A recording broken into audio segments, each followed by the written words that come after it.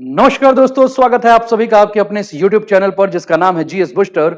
मैं हूं अनूप उपाध्याय। क्या चीन कंट्रोल करेगा ब्रह्मपुत्र नदी का पानी? क्या पाकिस्तान सीज फायर के बाद भारत से दोबारा चीन का दबाव लेकर सिंधु जल समझौता शुरू करवाएगा? इन्हीं सारे मुद्दों के ऊपर आज हम चर्चा करेंगे। चैनल पर पहली बार है तो चैनल को सब्सक्राइब करके बेल आइकन दबा दीजिएगा कि यहां आने वाले हर वीडियो का नोटिफिकेशन आपको समय पर मिल सके। दोस्तों, चैनल आपका है और आपके सहयोग के बिना हम बिल्कुल भी कुछ नहीं कर सकते। तो सब्सक्राइब करके इस चैनल को बड़ा बनाइए, मित्रों के साथ शेयर कीजिए, वीडियो को लाइक कीजिए और अपने कमेंट भी करके अपने सुझाव हम तक पहुंचाइए। तो टॉपिक यही है कि क्या चीन ब्रह्मपुत्र का पानी रोक सकता है कि नहीं रोक सकता है, और सीज फायर के बाद पाकिस्तान भारत से दोबारा सिंधु जल समझौता शुरू करने के लिए बार बार नाकाम कोशिश कर रहा है। हाल ही में पाकिस्तान ने कहा कि अगर भारत ने उनका पानी रोका तो चीन भी ब्रह्मपुत्र का पानी रोक देगा। जबकि असम के चीफ मिनिस्टर हेमंत बिस्व शर्मा जो हैं, उनका यह मानना है कि भारत के लिए चीन के द्वारा रोका हुआ पानी नुकसानदेह नहीं बल्कि मददगार होगा।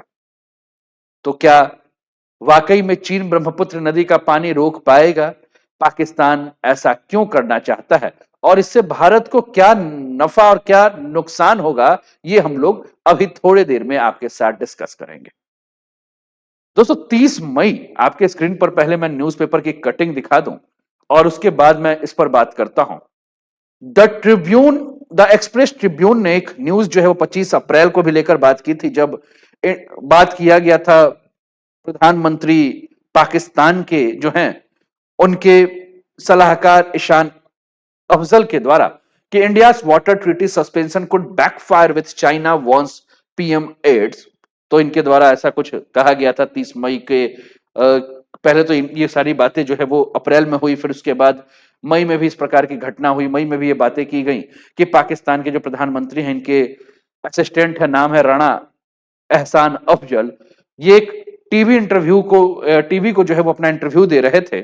आपके स्क्रीन पर ये व्यक्ति नजर आ रहा है और इसमें इसने सीधे यही कहा कि भारत ने पाकिस्तान का अगर पानी रोका है तो ये भारत की बहुत बड़ी गलती है, क्योंकि चीन भी जब चाहे वो भारत का पानी रोक सकता है और इस तरह से पूरी दुनिया में जो है वो जंग हमें देखने को मिलेगा। इसके पहले 24 मई को कराची में पाकिस्तान भारत संघर्ष पर एक इंटरेक्टिव सेशन करते हुए वहां के प्रधानमंत्री शहबाज शरीफ ने कहा कि जो असिस्टेंट है मोहम्मद उस्मान, उन्होंने भी यही बात कही थी कि ब्रह्मपुत्र का पानी जो है वो अब चीन रोक देगा और भारत के भी जो है वह सांसें रुक जाएंगी। मोहम्मद उस्मान ने तो यहां तक कहा कि भारत की तुलना में पाकिस्तान नीचे है और भारत ऊपर है, लेकिन चीन और भारत के मामले में चीन ऊपर हो जाता है, खासकर ब्रह्मपुत्र नदी का अगर हम चर्चा करें, और चीन भारत का पानी कभी भी चाहे वो रोक सकता है। और ये सारे के सारे बयान तब आ रहे हैं जब भारत ने इंडस वाटर ट्रीटी को सस्पेंड किया है, सिंधु जल समझौते को स्थगित कर दिया है, और उसके बाद पाकिस्तान में खलबली मची हुई है और पाकिस्तान के नेता एक के बाद एक अनाप शनाप जो है वह बकवास किए जा रहे हैं। अब पाकिस्तान का कहना यह भी है कि अगर भारत यह कदम जो उठा रहा है, जो कि एक खतरनाक कदम है, तो इसका नुकसान जो है वो भारत को ही होगा, क्योंकि पाकिस्तान के जो अब्बा हैं यानी कि जो चीन है, वह ब्रह्मपुत्र का पानी जो है वो रोक देंगे। आगे और बढ़ते हैं और ये आप अपने स्क्रीन पर देख रहे हैं। Don't do unto others, China threatens Brahmaputra leverage against India in aid to friend Pakistan. चीन ने भी ये बात कही है कि भाई तुम किसी और के साथ ऐसा कुछ मत करो, है ना। और ये 1 जून को इंडिया टुडे के एक इंटरव्यू में चीनी थिंकर हैं जिनका नाम है विक्टर जिकोगाओ, आपके स्क्रीन पर दिख रहा है। तो ये इन्होंने अपनी बातें कही जिसमें इन्होंने कहा कि जिस तरह से भारत ने पाकिस्तान की ओर बहने वाली नदियों का जल रोक दिया है, वो चीन भी जो है वो भारत की ओर बहने वाली नदियों का जल जो है वो रोक सकता है। और भारत अगर दूसरों के खिलाफ कार्रवाई करता है तो उसको ये बात का ध्यान रखना चाहिए कि उसके साथ भी ऐसा कुछ बर्ताव हो सकता है और भारत के लिए गंभीर चुनौती जो है उठ सकती है। अब चीन जो है ये सारा का सारा जो बयान दे रहा है, आपके स्क्रीन पर ये व्यक्ति नजर आ रहा है जिसका नाम है विक्टर गाओ। इसने 3 बार जो है वो चेतावनी को दोहराते हुए बातें को कही है और पाकिस्तान के खिलाफ भारत का जो पानी है उसको भारत हथियार ना बनाए, इस पर ये व्यक्ति जो है वो बार बार कह रहा है। और कहा है कि भैया अगर इस प्रकार से कुछ हुआ, ठीक है, तो भारत की तरफ से अगर सिंधु नदी जल समझौता रोकने का फैसला जो है वो हुआ, तो हम भी जो है वह इस प्रकार का काम जो है वो करेंगे। भारत ने 22 अप्रैल को हुए पहलगाम हमले के बाद से यह स्टेप उठाया और 1960 का जो भारत और पाकिस्तान के बीच में जो सिंधु जल समझौता हुआ था, उसको जो है वो रद्द कर दिया था, जिसके चलते जो 6 नदियां हैं, जिसमें से 3 नदियां पूर्वी हैं और 3 जो पश्चिमी नदियां हैं, तो 3 पश्चिमी प्रवाहित होने वाली नदियां जिसके ऊपर पाकिस्तान का अधिकार था, उसका भी पानी जो है वो अवरोधित कर दिया।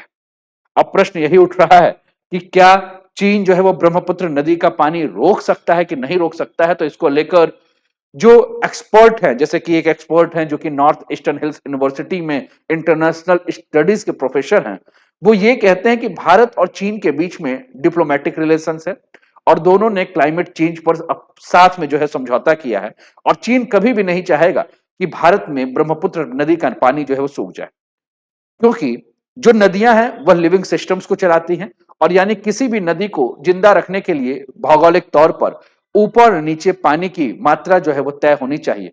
अगर नीचे स्तर का पानी कम होता है, यानी कि भारत में अगर जल कम होता है ब्रह्मपुत्र नदी का, तो ऊपरी जहां से ये उद्गम हो रहा है वहां भी नदी का जल जो है वो कम हो जाएगा और नदियां समाप्त हो जाएंगी। और ब्रह्मपुत्र नदी के ऊपर अगर हम बात करें तो चीन, आपके स्क्रीन पर ये तस्वीर भी दिख रहा है कि जो एक हाइड्रो पावर प्रोजेक्ट जो बना रहा है, जिसमें चीन जो है उद्देश्य रखता है कि अगले 12 साल में वो जो है उस प्रोजेक्ट को तैयार कर लेगा। तो चीन इस डैम के जरिए उत्तर पश्चिमी इलाकों में पानी ले जाएगा और जहां पानी की समस्या, उस समस्या को जो है वो समाप्त करेगा। इसके अलावा प्रश्न ये है कि अगर चीन, जिसको कि अगर हम ब्रह्मपुत्र नदी के बारे में बात करें तो इसको यारलोंग शांगपो रिवर कहा जाता है चाइना में, और ये आप देख रहे हैं कि एक डैम जो है चाइना के द्वारा जो है बनाया जा रहा है, जो कि 2014 से ही डैम है और चाइना का जो सबसे बड़ा डैम है, हाइड्रो पावर प्रोजेक्ट डैम है, जो कि तिब्बत के क्षेत्र में बनाया जा रहा है। तो अगर कुल मिलाकर अगर हम बात करें तो पहले से भी अगर हम देखें तो जल का वेग जो है चाइना ने जो है वो रोक रखा है। लेकिन फिर प्रश्न यही है कि what if China stop Brahmaputra water threaten Pakistan, does India need to worry? क्या भारत को जो है इसको लेकर चिंता भी करनी चाहिए? क्या ब्रह्मपुत्र नदी का पानी जो है अगर चीन रोक लेता है तो क्या भारत के लिए जो है इस पे कोई असर पड़ेगा? ये एक बहुत बड़ा प्रश्न हम सभी के मन में है। दोस्तों, ब्रह्मपुत्र नदी चीन से निकलती है और बहते हुए भारत के पूर्वोत्तर राज्यों में पहुंचती है और उसके बाद जो है वो बांग्लादेश होते हुए बंगाल की खाड़ी में अपना जल विसर्जित कर देती। तो ऐसे में अगर हम ब्रह्मपुत्र नदी के बहाव के कंट्रोल की बात करें तो इसका पूरा का पूरा कंट्रोल चीन के हाथों में है। अगर चीन ब्रह्मपुत्र नदी के ऊपर किसी भी प्रकार का कंट्रोल करता है और पानी रोकता है तो भारत के पूर्वोत्तर राज्यों पर इसका जो है वो असर पड़ सकता है। जैसे कि गर्मी का मौसम आ रहा है और अरुणाचल प्रदेश में अगर हम बात करें तो आपको ब्रह्मपुत्र नदी देखने को मिलेगा। और ब्रह्मपुत्र नदी के बारे में अगर हम बात करें तो भारत के पूर्वोत्तर क्षेत्र के लाइफ लाइन के नाम पे जो है हम इसको जानते हैं। तो अरुणाचल प्रदेश, आसाम के क्षेत्रों से प्रवाहित होते हुए यह नदी जो है वो आगे की तरफ बढ़ते हुए दिख रही है, जो कि आप अपने स्क्रीन पर देख रहे हैं। ये आपको दिख रहा है अरुणाचल प्रदेश से एंट्री कर रही है और आसाम के पास तक ये नदी आपको बहते हुए दिख रही है। लेकिन भारत में एंट्री करते ही हुए दाईं ओर और बाईं ओर से कई सारी सहायक नदियां जो इससे मिल जाती हैं, जिससे इसका जल का स्तर जो है वो और ज्यादा बढ़ जाता है। तो कुल मिलाकर अगर हम बात करें तो ब्रह्मपुत्र नदी जो है वो अरुणाचल और आसाम के क्षेत्र से होकर गुजरती है और अगर चीन ब्रह्मपुत्र नदी का पानी रोक देता है तो गर्मियों में भारत के पूर्वोत्तर क्षेत्र के राज्यों में जो जल की आवश्यकता है उसमें थोड़ा सा दिक्कत होगा, ठीक है। लेकिन जो सहायक नदियां हैं उस दिक्कत को कुछ हद तक जो है वो सही कर लेंगे। लेकिन एक और दिक्कत है, अगर अचानक चीन ने जो यहां डैम बनाया है, बांध बनाया है, इससे अचानक अगर पानी छोड़ दिया तो क्या होगा? तो सबसे बड़ी समस्या है कि बिना बताए अगर वो पानी छोड़ता है तो बहुत अधिक मात्रा में जल पूर्वोत्तर के क्षेत्र में आएगा और बाढ़ की समस्या जो है वो आ सकती है, ठीक है। और बाढ़ की समस्या आएगी तो यहाँ के कई सारे गांव जो है वो डूब सकते हैं, ठीक। तो कुल मिलाकर ये सारी बातें जो हैं वो हैं। लेकिन फिर से दिमाग में यही प्रश्न आता है कि ब्रह्मपुत्र नदी का पानी रोकने से भारत को फायदा होगा कि नुकसान होगा, और फायदा कम होगा और नुकसान कम होगा और फायदा ज्यादा होगा, ये हम क्यों कह रहे हैं, ठीक है। और क्यों इंडिया को जो है वो आवश्यकता नहीं है किस चीज के लिए, इस जल के रोकने से। इसको लेकर हेमंत बिश्व शर्मा जो कि आसाम के मुख्यमंत्री हैं, उन्होंने भी एक बात कहा है, what if China stop Brahmaputra water to India और response to Pakistan new scare narrative? क्या होगा तो इन्होंने लिखा कि after India decisively moved away from the outdated Indus water treaty, Pakistan is now spinning another manufactured thread. What if China stop the Brahmaputra water to India? क्या हो सकता है अगर चाइना जो है वो रोक देगा? और ये बात इन्होंने 2 जून को जो है वो पोस्ट किया। आप अपने स्क्रीन पर इसको ध्यान देंगे तो 2 जून को जो है ये कह रहे हैं कि क्या हो सकता है। दोस्तों, भारत में ब्रह्मपुत्र नदी का केवल 30 से 35% जल जो है वो चीन से आ रहा है। बचा हुआ 65 से 70% जल जो है वो या तो मानसून का जल है या ब्रह्मपुत्र की सहायक नदियों का जल है। जैसे कि ब्रह्मपुत्र की सहायक नदियों में अगर हम बात करें तो लोहित है, सुबासिरी है, कामेंग है, मानस है, धनसिरी है, जिया है, भराली है और कोपली नदी जो है, ये सब छोटी छोटी सहायक नदियां हैं जो कि इसका जल स्तर बढ़ाती है। अब भारत और चीन की सीमा पर ब्रह्मपुत्र नदी का जो बहाव है वो 2000 से लेकर 3000 क्यूबिक मीटर प्रति सेकंड तक रहता है। वही जब नदी जब आसाम में पहुंच जाती है तो इसका बहाव 15,000 से लेकर 20,000 क्यूबिक मीटर प्रति सेकंड रहता है। तो 2 से 3000 और 15 से 20,000, आप समझ सकते हैं कि इसका मतलब है कि भारत में ब्रह्मपुत्र नदी जो चीन की तरफ से आ रही है वो उसमें जल की मात्रा ऐसे भी बहुत ज्यादा कम है।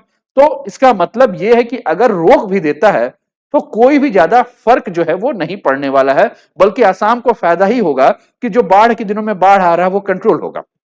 2024 में अगर हम बात करें तो आसाम में बाढ़ के चलते लगभग 25 लाख लोगों को अपना घर जो है वो छोड़ना पड़ा था। तो अगर चीन पानी रोक देता है तो यहां पानी कम हो जाएगा और पानी कम हो जाएगा तो मानसून की जब बारिश होगी तो पूरा पानी का जो कमी होगा इसके चलते इस क्षेत्र में बाढ़ नहीं आएगा। तो ये सीधा जो है वो हेमंत बिस्वा इस बात को कह रहे हैं। लेकिन बात एक चीज और भी है कि ये पाकिस्तान बार बार चीन के बलबूते जो है वो भारत को धमकी क्यों दे रहा है? पाकिस्तान बार बार क्यों कह रहा है कि भैया सिंधु नदी का जल अगर तुम रोकोगे, सिंधु की सहायक नदियों का जल अगर तुम रोकोगे तो भैया तुम्हारा ब्रह्मपुत्र नदी का रुक जाएगा। दोस्तों, पाकिस्तान का पूरा प्रयास यही है कि भारत के ऊपर एक मनोवैज्ञानिक जो है वो दबाव बनाए और इसीलिए वो बार बार ब्रह्मपुत्र नदी के बारे में बात कर रहा है। पाकिस्तान को ऐसा लगता है कि ऐसा करने से भारत पर सिंधु समझौता शुरू करने का एक बार दोबारा दबाव बनाया जा सके। लेकिन आधिकारिक तौर पर अगर हम बात करें तो चीन ऐसा कुछ नहीं कर सकता, क्योंकि चीन चाहता है कि भारत में ब्रह्मपुत्र नदी का पानी जो है वो कभी ना सूखे। ऐसा इसलिए क्योंकि उसको भी पता है कि इससे पूरा का पूरा इकोसिस्टम जो है बिगड़ेगा और इसलिए पाकिस्तान के दावे में किसी भी प्रकार का जो है वो डर नहीं है। ठीक, तो इसलिए भारत को जो है वो ब्रह्मपुत्र नदी के जल को लेकर बहुत ज्यादा चिंता जो है वो नहीं करना चाहिए, क्योंकि ब्रह्मपुत्र नदी का पानी रोकना भारत के लिए खतरा नहीं, बल्कि इससे जो चीन के डैम बन रहे हैं उनके लिए खतरा है। चीन लगभग 137 बिलियन डॉलर यानी कि लगभग 11.76 लाख करोड़ रुपए का लागत लगाकर ब्रह्मपुत्र नदी पर दुनिया का सबसे बड़ा डैम बना रहा है, जिसका उद्देश्य भविष्य में 60 गीगावाट बिजली उत्पादन करने का है। ठीक, और ये डैम जो है वो ब्रह्मपुत्र नदी के मुहाने के ऊपर जो है वो बना हुआ है, जहां नदी भारत में प्रवेश करती है और ये भारतीय सीमा से अगर हम बात करें तो मात्र 30 किलोमीटर की दूरी पर है। तो चीन इस डैम के जरिए ब्रह्मपुत्र का पूरा बहाव जो है वो कंट्रोल कर सकता है। वह जब चाहे तो पानी छोड़ेगा, जब चाहे पानी स्टोर करेगा। तो अगर चीन अचानक नदी के उस पर छोड़ता है तो बॉर्डर वाला इलाके में जो है वो क्या हो सकता है, बाढ़ आ सकता है। तो इस ये भी हम कह सकते हैं कि वह कभी वाटर बम तक का जो है वो प्रयोग कर सकता है, जो कि भारत के लिए जो है वो बड़ी समस्या होगी। हालांकि जो जनवरी 2025 में चीन ने यह भी कहा था कि इस प्रोजेक्ट से भारत और बांग्लादेश को जो है वो कोई नुकसान नहीं होगा। अच्छा, चीन को यह भी पता है कि अगर वो भारत के लिए जल को रोकता है तो अंततोगत्वा जल तो ब्रह्मपुत्र नदी का जो है वो आगे बढ़कर बांग्लादेश में जाता है। तो बांग्लादेश के साथ वो क्यों अपना संबंध खराब करेगा? क्योंकि बांग्लादेश को वो एक नया पाकिस्तान के रूप में जो है एक नया दोस्त जो है वो बना रहा है। तो कभी भी ऐसा काम नहीं करेगा जिससे बांग्लादेश जो है वो नाराज हो जाए। तो इसलिए भी हम कह रहे हैं कि चीन इस प्रकार का कोई भी काम नहीं करेगा। अब हम आगे बढ़ते हैं और आगे बढ़ते हुए देखें कि किस प्रकार से इंपॉर्टेंट है। तो दोस्तों, चीन में चेमायुंग ग्लेशियर से निकलता है ये नदी और भारत और बांग्लादेश में पहुंचता है ये नदी, और ब्रह्मपुत्र नदी चीन के कैलाश पर्वत और मानसरोवर झील के पास से इस ग्लेशियर से निकलता है और इसका चीन में नाम जो है वो यानलुंग सांगपो है। ये आप देख रहे हैं मानसरोवर झील है, ये चिमायुंग ग्लेशियर है जहां से नदी निकलता है, अरुणाचल प्रदेश से घुसता है। जिसमें कि अगर हम बात करें तो अरुणाचल प्रदेश में इस नदी का नाम सियांग है, जहां इससे दिबांग, लोहित, सुबनसिरी और कामेंग नदियां जब मिलती है तो ये आगे चलकर ब्रह्मपुत्र नदी के नाम से जाना जाता है। आपके स्क्रीन पर ये दिख रहा है। ठीक, ये चिमायुंग ग्लेशियर है। ये आपका जांगमू डैम आपको देखने को मिल रहा है जो कि चीन जो है वो बना रहा है। इसके अलावा बात करें दोस्तों तो ये नदी ब्रह्म जब असम पहुंचती है इसका नाम ब्रह्मपुत्र हो जाता है, जहां मानस, धनसिरी, कोपली और बुरी दिहांग जो है इसकी सहायक नदियां हैं। असम और मेघालय से होते हुए ब्रह्मपुत्र बांग्लादेश में प्रवेश करती है, जहां इसे जमुना के नाम से जो है वो जाना जाता है। और यह ब्रह्मपुत्र गंगा नदी का संगम जो है वो आखिर में मेघना नदी के साथ के नाम से जो है बंगाल की खाड़ी में गिरता है। बांग्लादेश में दुनिया का जो सबसे बड़ा डेल्टा है सुंदरबन डेल्टा, वह भी इस नदी के ऊपर हमें देखने को मिलता है।